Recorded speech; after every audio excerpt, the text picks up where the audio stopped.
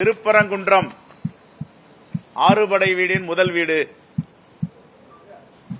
இப்பொழுது அயோத்தியில் கலவரத்தை முடித்தவர்கள், அயோத்தியில் நாடாளுமன்ற தேர்தலில் படுதோல்வி அடைந்தவர்கள், அந்த கூட்டம் இப்பொழுது ஆறுபடை வீடான முதல் வீடு திருப்பரங்குன்றத்தில் தன்னுடைய கலகத்தை செய்ய ஆரம்பித்திருக்கிறது. வட மாநிலங்களில் இவர்களுடைய மத அரசியல் தோல்வியடைந்து வருகிறது.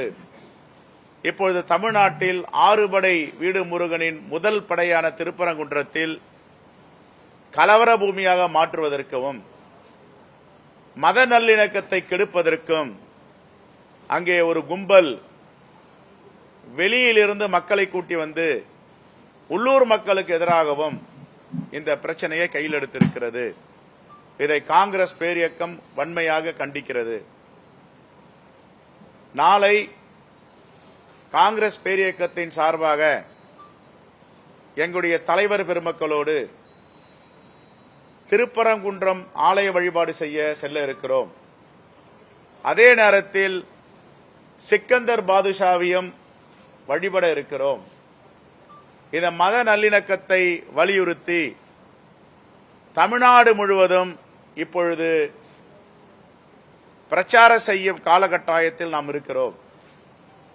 தமிழ்நாடு அரசு மிகவும் கவனமாக இருக்க வேண்டும், எச்சரிக்கையாக இருக்க வேண்டும்.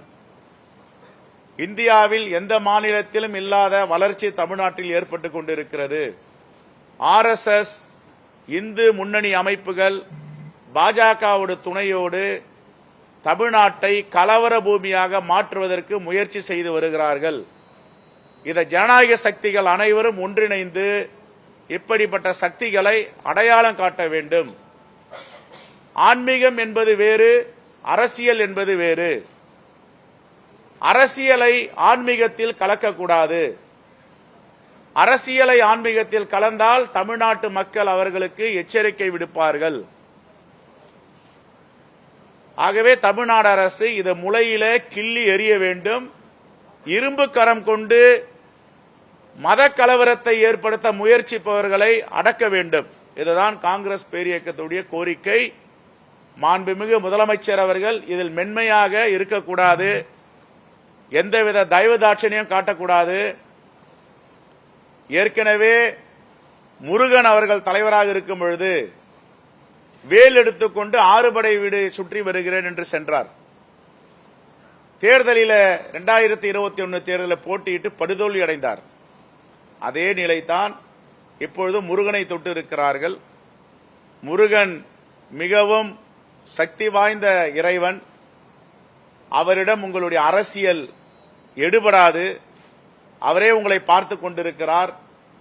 அங்கே திருப்பரங்குன்றத்தில் ஒருவர் போட்டியிடுவதற்காக திருப்பரங்குன்ற சட்டமன்ற உறுப்பினராக எப்படியாவது ஆக வேண்டும் என்று எல்லா குறுக்கு வழியும் கையாளுகிறார்கள். ஒருபோதும் ஆறுபடை வீடின் முதல் படை வீடான திருப்பரங்குன்ற முருகன் இவர்களை அனுமதிக்க மாட்டார். மாநில அரசு மென்மையா கையாளுது. இதை நாங்க குற்றச்சாட்டாவே வைக்கிறோம். இப்படி தீய சக்திகளுக்கு மென்மையாக காட்டக்கூடாது. பல இடங்கள்ல அயோத்தி மண்டபம் விவகாரமாகட்டும், தஞ்சை நிகழ்ச்சியாகட்டும், தொடர்ந்து ஒரு ஜனநாயகத்தை கடைபிடிக்க வேண்டும். ஜனநாயகத்தின் மீது நம்பிக்கை வைத்துள்ளவர் நம்முடைய மாண்புமிகு முதலமைச்சர். இவர்களுக்கு எதுக்கு மென்மையாக போக்கை காட்டணும்? மத கலவரத்தை தூண்டுகிறார்கள், சாதி கலவரத்தை தூண்டுகிறார்கள். அவங்க கிட்ட என்ன மென்மையான போக்கு தேவை இருக்கு? செய்திகளை உடனுக்குடனும் துல்லியமாகவும் தெரிந்து கொள்ள சப்ஸ்கிரைப் பண்ணுங்க.